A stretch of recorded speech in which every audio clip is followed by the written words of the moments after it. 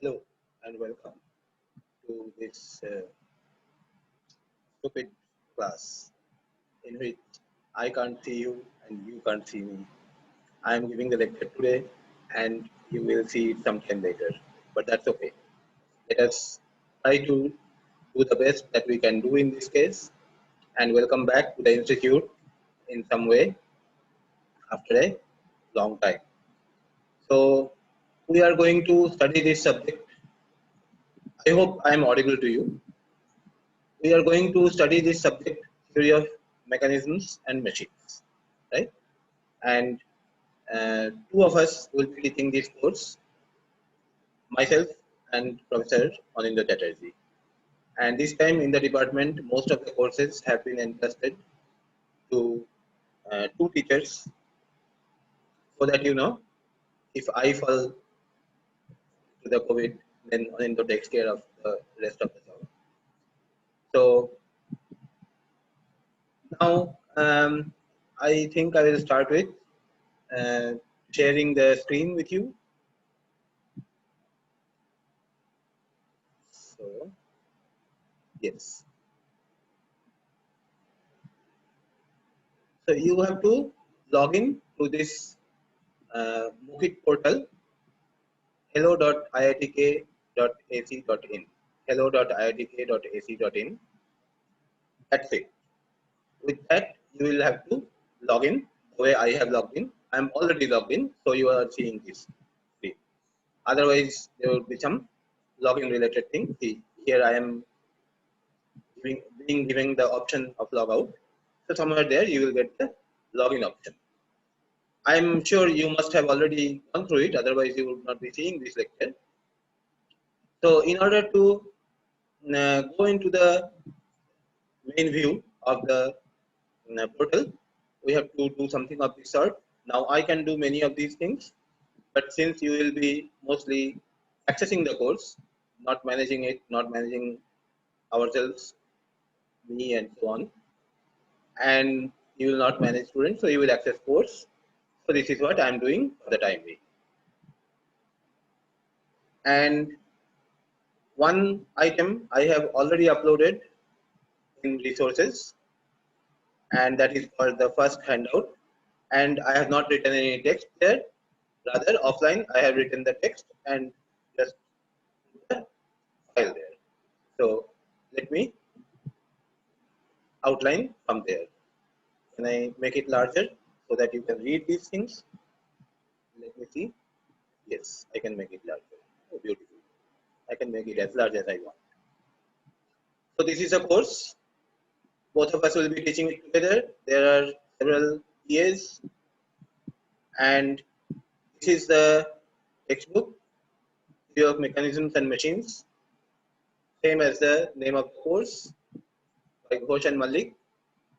I don't know whether in some time in ancient history the name of the book was taken from the name of the course or the other way around.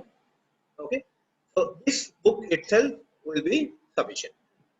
However, if you want more resources, if you want more references, then there are a lot of beautiful books by Bivan, by Green, and then by Hirschhorn, by Sony, and so on. Okay, so I, in my young age, read a little bit of W.G. Green, and I loved it.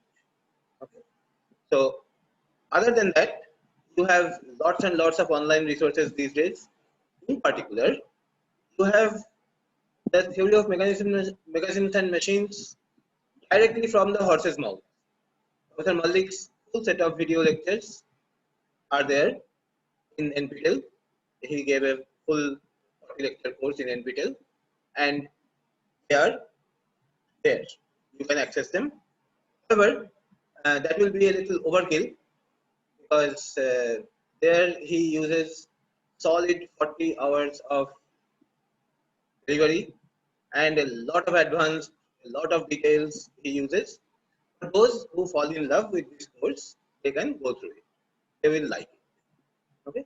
And Professor Chatterjee himself is also preparing his own lectures on my segment of the course also.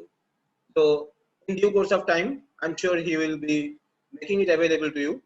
So if you have a lot of appetite, then you can go through my lectures, Professor Malik's lectures, and Professor Chatterjee's lectures, whatever, and figure out the theory for yourself. However, I'm making it clear that I believe in reducing my work, so I'll not be making video lectures on the portions of Professor Chatterjee. Okay. In fact, I have to teach another course, otherwise it might have been fun. Okay. So, what are the subject matters in this course that we will be handling? You already know that we will be handling mechanisms and machines. What is the difference, by the way? So, the same thing can be called a mechanism or a machine depending upon where is your focus and what is the main issue there. Okay. So, the bottom line is, if you are treating something as mechanism, then basically your intention is to transmit the motion. When I say transmit, then it involves both transfer and transformation. It means transfer of the motion from one point to another point. I am moving something. As a result, through the mechanism, something else somewhere is moving. Okay, so that is transfer of motion. And then transformation is also possible. It is possible that I am turning a wheel, and as a result, through the mechanism, something else somewhere is going up and down, up and down, up and down. Okay, so transfer and transformation. So that is transmission of motion. So when the focus is on motion, it is typically referred to as mechanism. On the other hand, if the focus is not merely on motion, but motion and forces, then you call it a machine. That means forces are significant. Okay, and there is a load which you need to drive. So the place where you are giving the motion, you have to put an effort to give that motion.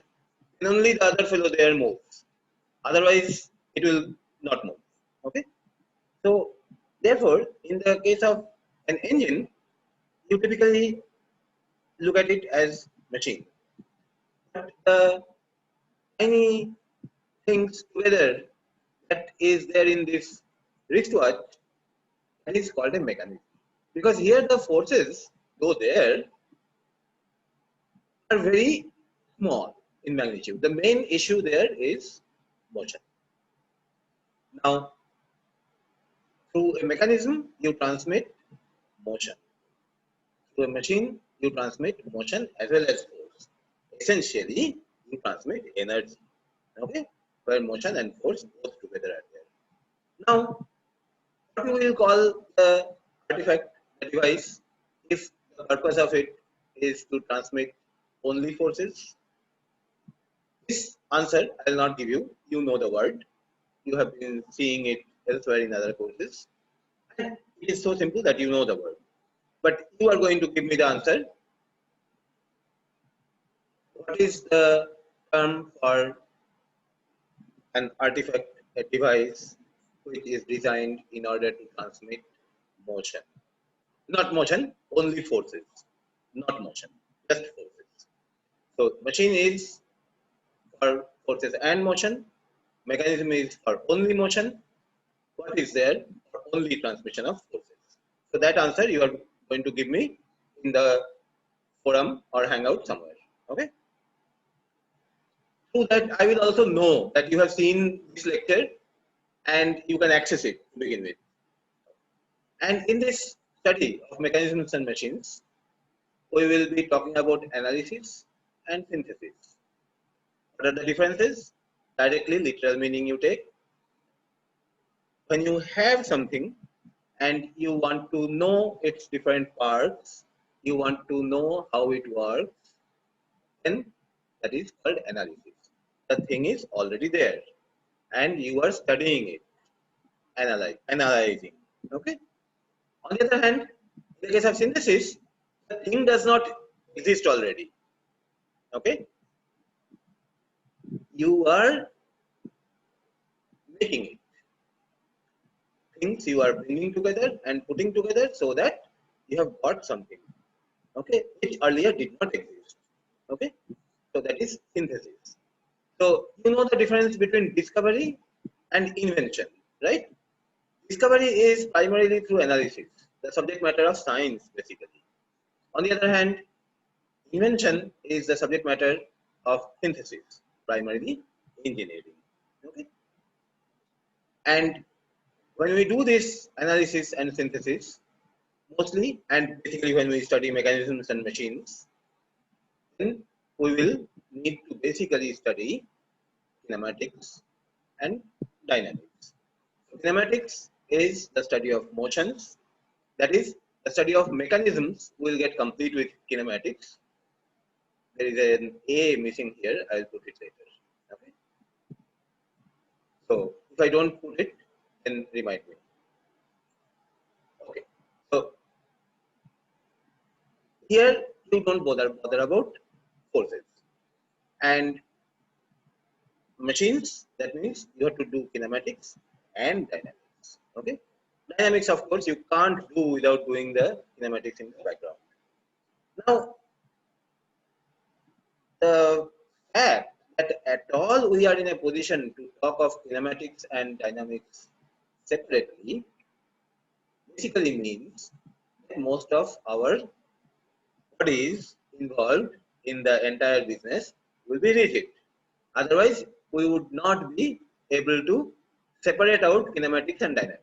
Without consideration to forces, we would not be able to study the motion at all. Okay, so that is why even without telling, we sort of somehow in a loose manner imply that most of our bodies involved in our study will be rigid.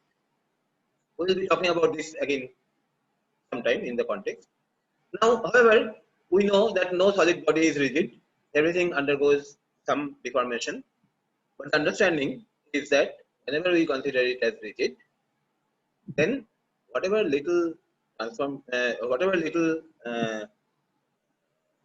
deformations that are involved, they are insignificant compared to the typical linear dimensions or angular dimensions of the whole thing. Okay, so that is the sense of it. And we will, as we do in other subjects, here in rigid body dynamics, rigid body kinematics, same thing will be done here. Only thing is that here, most of the time, it will not be a single body, several bodies. Okay, fine. Now, now mostly we will be putting lectures pre-recorded online. The way right now I am recording the first one, and the timetable schedule, the course schedule tells this hour on Monday as the discussion hour for the course, other than the online lectures. And in my first half, I will be trying to follow that as long as possible, because during this time slot, I know that you will be free, and better you keep yourself free. Now, the topics that will be covered in the course.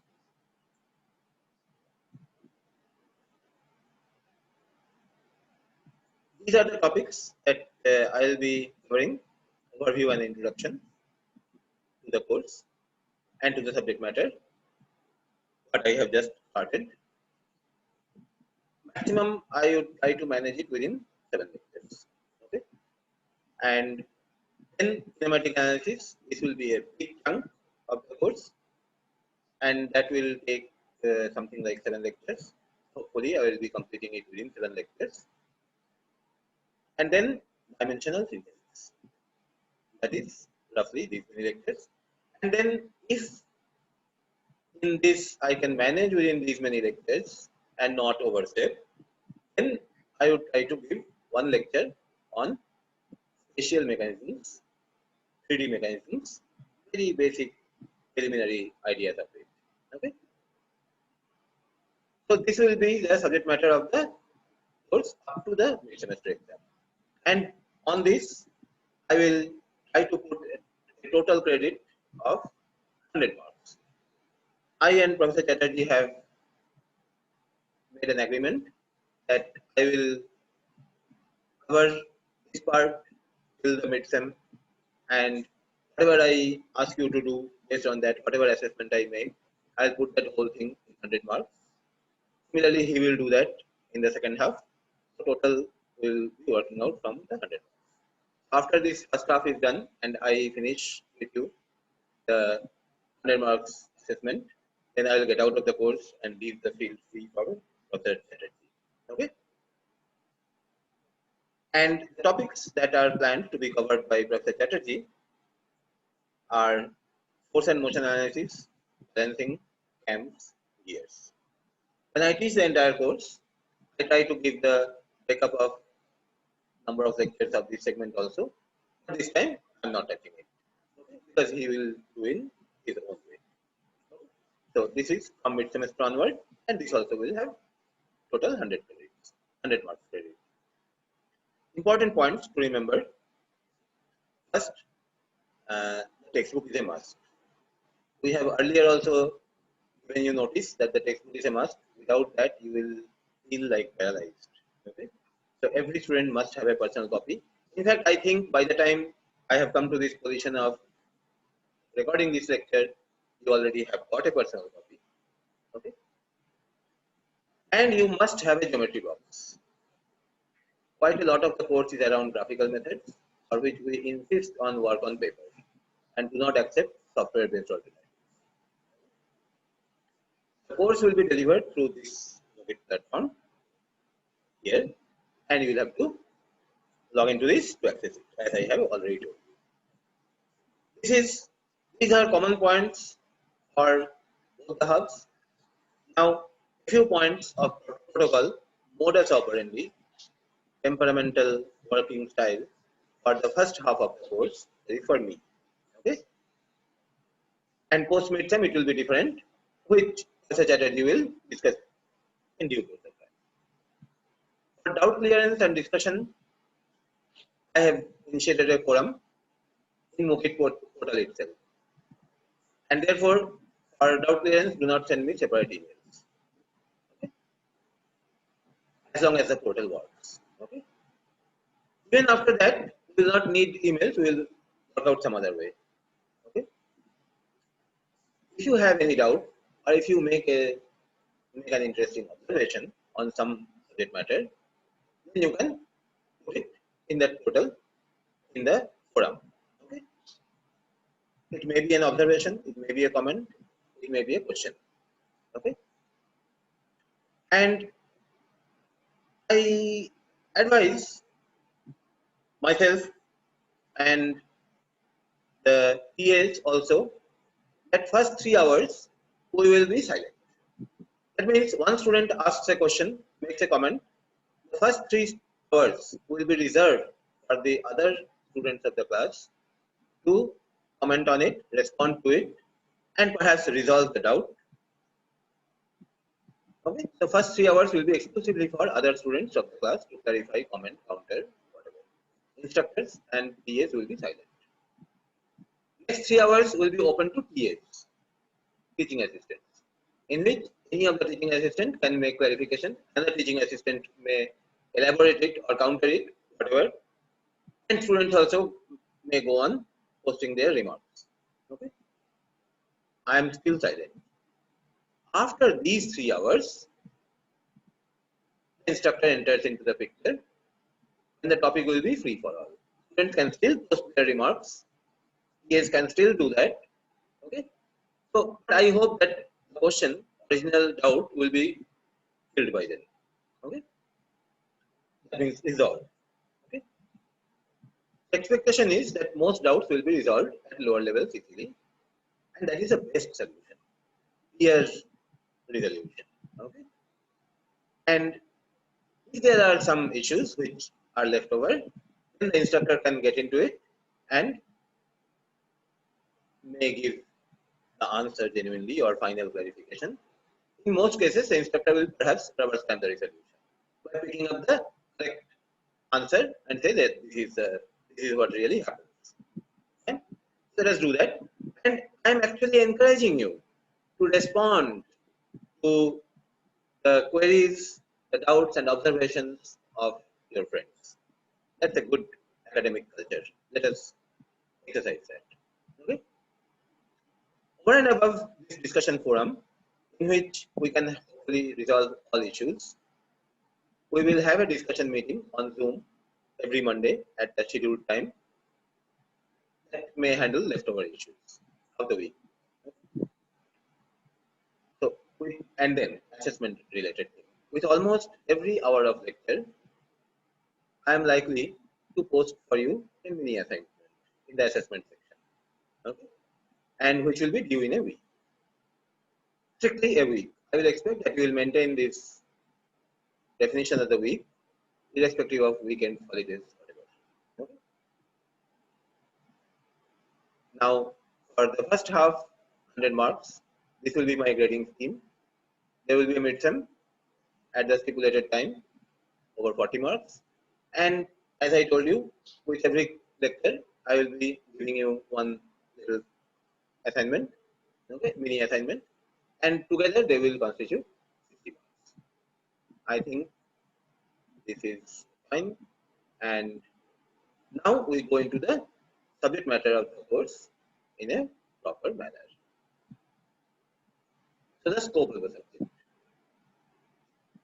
I already told you that it has mechanisms and machines and analysis and synthesis. Okay. So under analysis, what falls under analysis? First of all, when you have a mechanism or machine, so what are the freedoms of the bodies involved in the mechanism or machine, and how much different bodies can move? That is freedom and mobility. Okay. This is very fundamental. And then you study displacements, then velocities, then accelerations, and then you go to dynamics. So these are the things that fall in analysis. In synthesis, it is a little difficult. So first task of synthesis is type synthesis. You decide what kind of machine, what kind of mechanism you will use, what kind of joints you will use, okay? And then number synthesis. How many links, how many joints will be needed to develop your intended machine.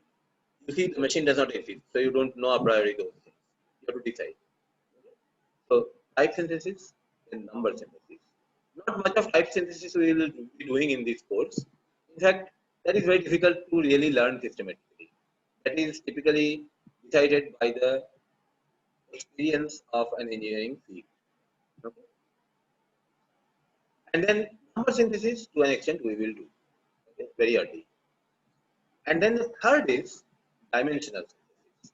After deciding the type of the mechanism, type of links and joints, the number of them. In fact, number and type sometimes you will be deciding together. Okay. After deciding the number of links and joints and their types, then you will need to figure out what will be the dimensions of each significant part. Okay. So that is dimensional synthesis. Still make note that these are kinematic dimensions and not physical extent, not fat, how fat the link should be. No, that is not the business over here, because here we are talking about rigid bodies. Okay. So a thin thing also, if we say it is rigid, it is rigid. Okay. According to the assumptions of the subject. That you do using solid mechanics, using stresses, strains in machine design. That you must be doing somewhere else. Studying the theory, analyzing the thing in solid mechanics course, and doing the design of it in the machine design course. So those things you must be doing separately. Here we say what is the difference, what is the distance between this joint and that joint? What is the direction of this particular joint? Okay. So these are dimensions which are kinematically important, not from the deformation point of view. How fat the link is, that is not the concern here. So the methods that we will be using for doing these analysis and synthesis, they fall in graphical as well as analytical. So the extension, where is the mouse? The mouse is running away. The extension of analytical methods obviously go into numerical ones. Okay. So we will need geometry box. This is why, because we have graphical methods. And I will also ask you to keep sufficient supply of tracing sheets. To in one figure, in one drawing that you have already made, if you have a complicated thing and some part of that link you have positioned in your intended graphical construction, then the rest of it you can reproduce very easily by using a tracing sheet. You put the tracing sheet, which is transparent, on your paper on which the full link is already there, then mark important points on that, and then wherever you want to place it, you take the tracing sheet there, put pinpricks on those important points. By two of those important points, you look at it, put the pinpricks, and according to that, put the other pinpricks. And then remove the tracing sheet and draw the whole thing on your paper. You can do that.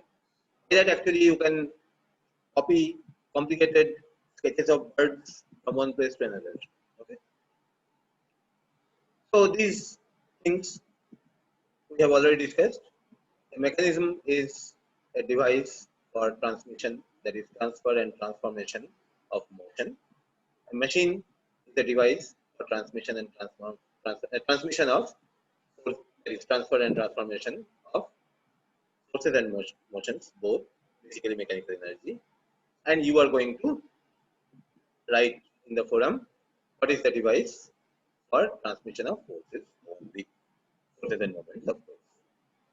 Fine.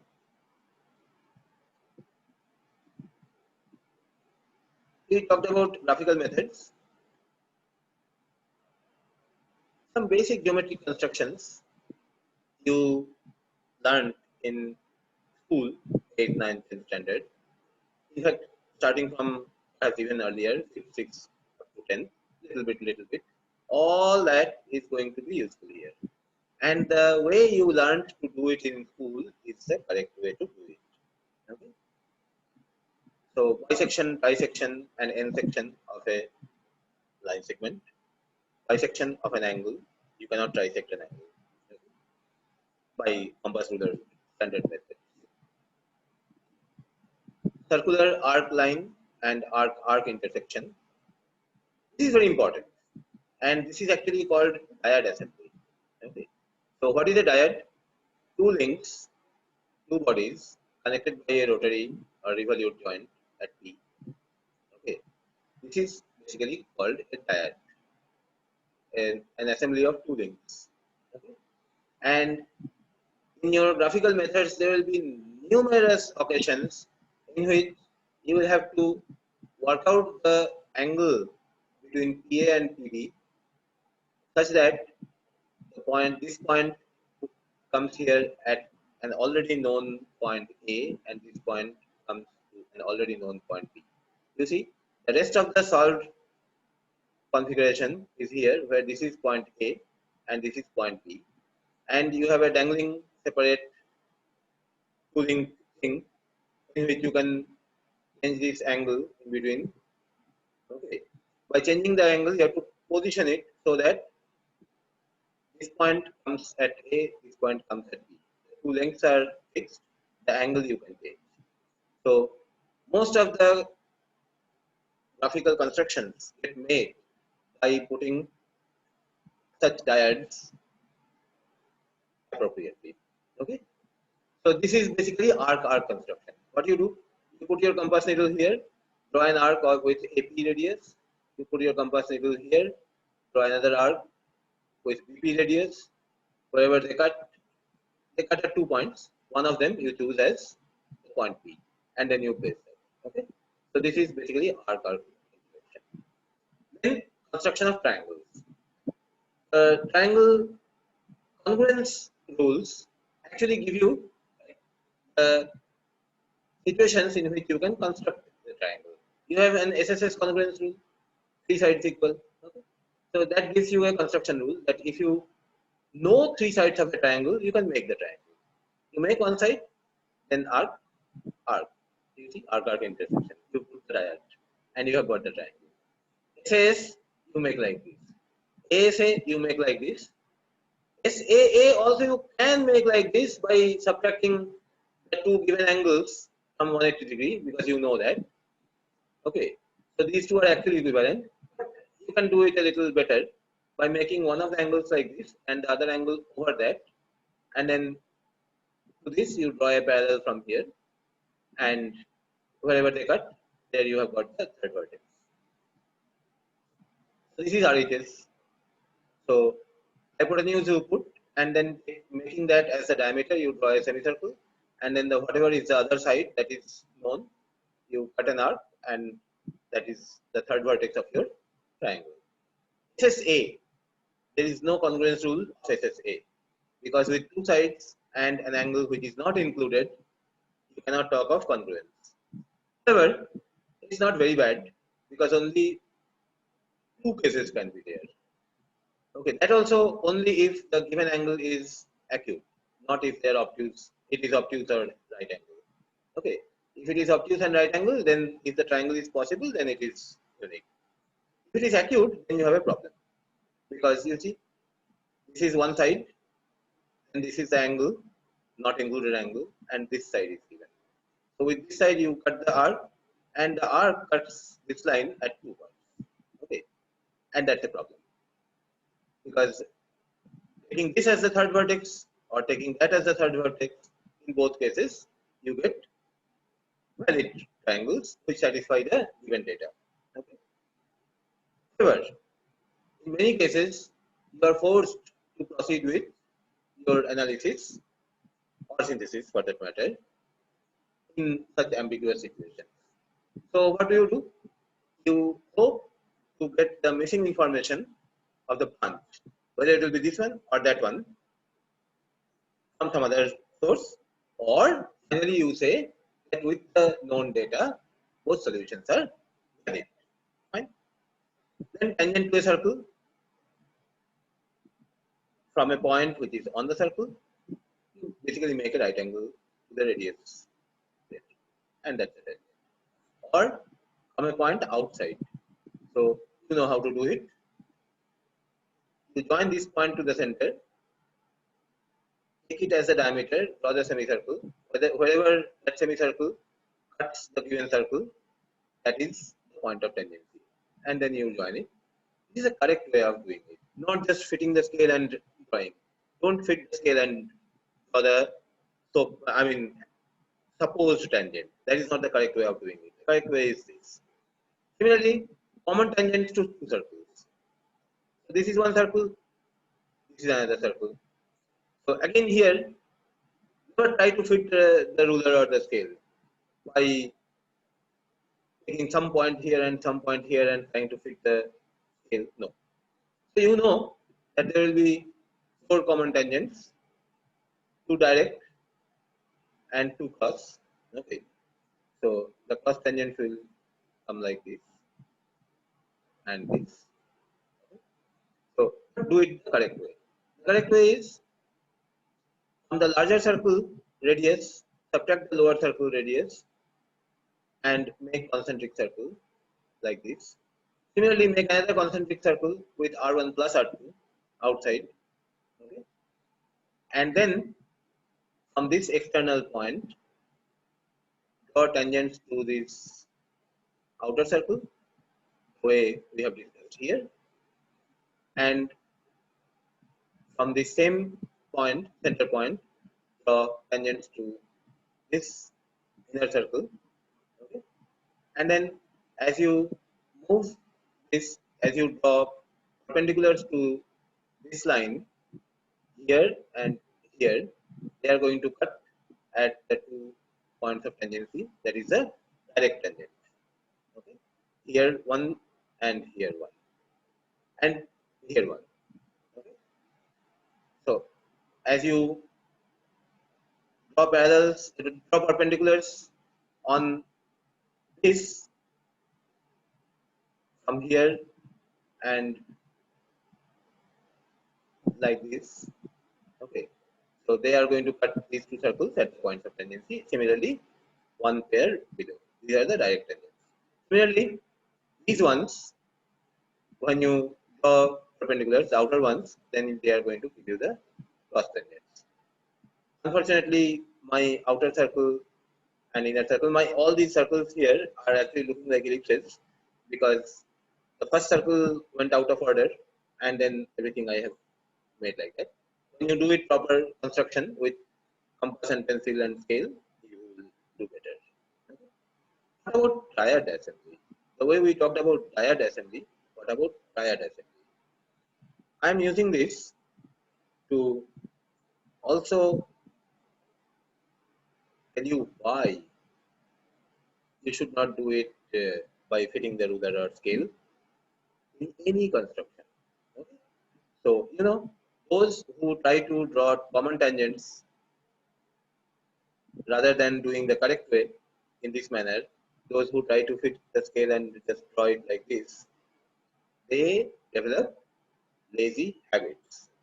And one day, seeing that they need to fit a triad, that is point A known, point B known, already located, and they need to fit an assembly of three links, point with two revolute joints, one after the other, at P and Q, in which this angle and this angle are at their disposal.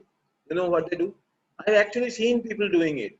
Okay, I've seen students of the class and my TAs do that. My students do that, and I got shocked.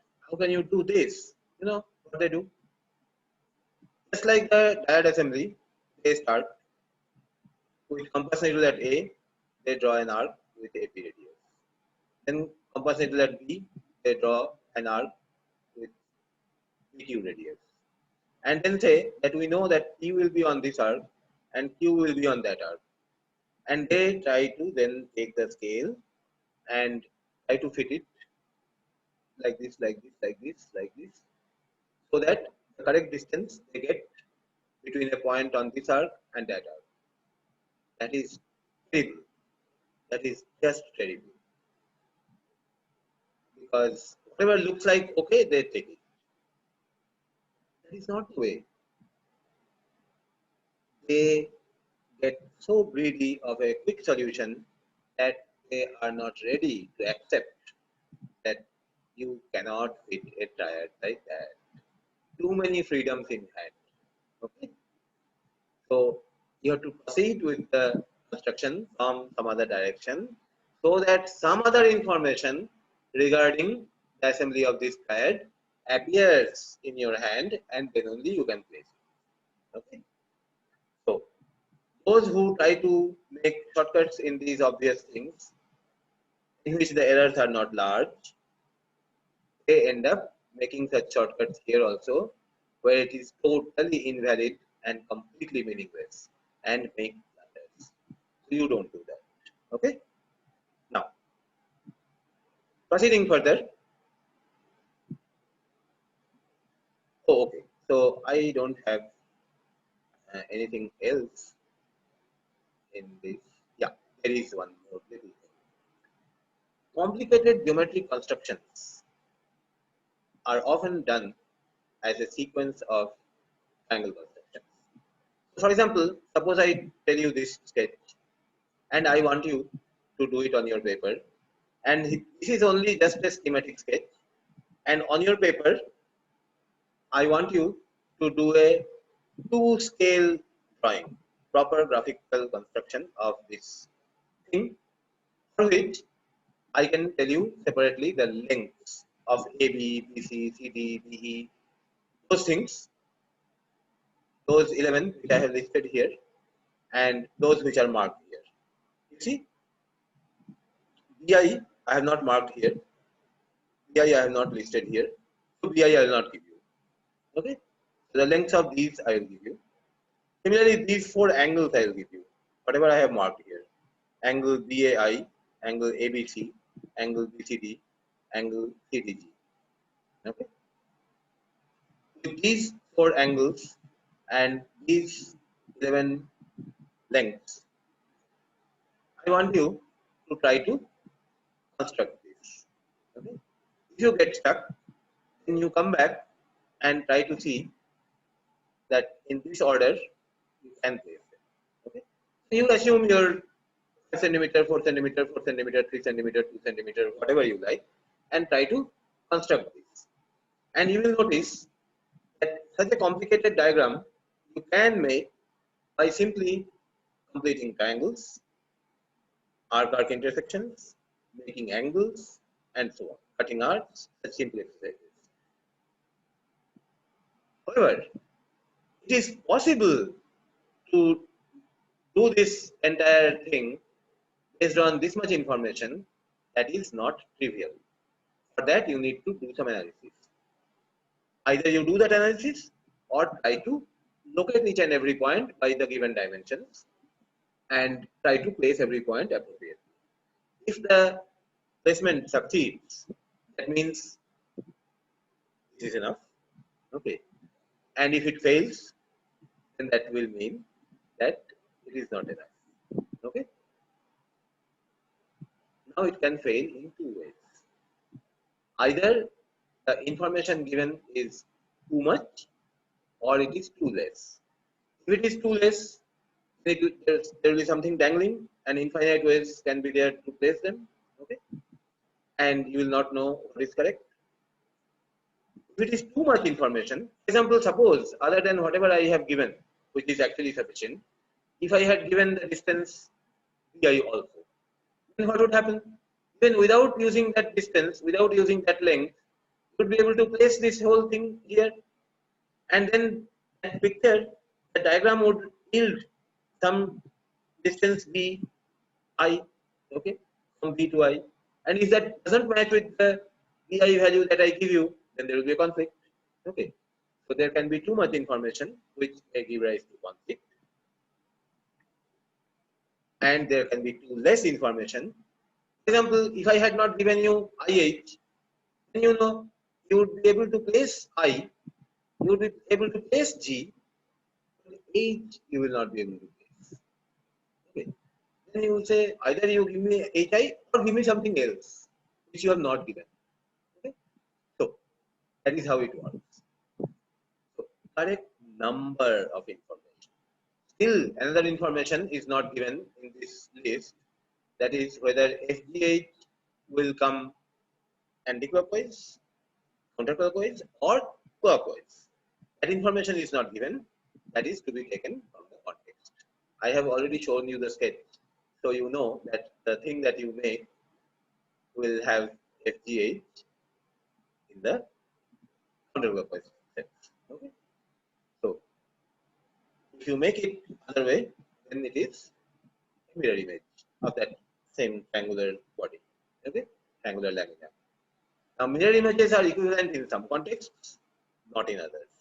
So, from the context, you have to figure out what is acceptable and what is not.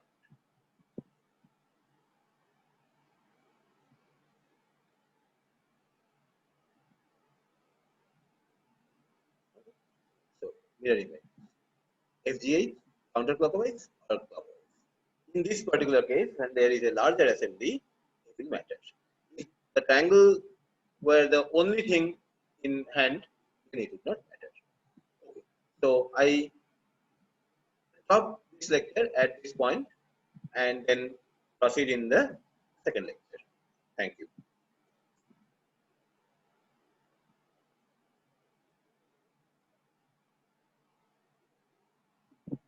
And keep in mind that with this, I will be putting a small mini exercise for you, which you have to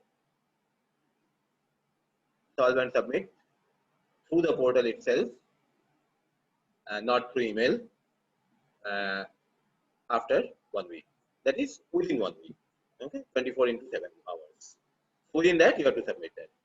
And similarly, other such mini assignments will follow, and time limits will be sort of maintained. Okay. Thank you. We will meet again in the second lecture. And till that time, stay happy, stay well, stay safe.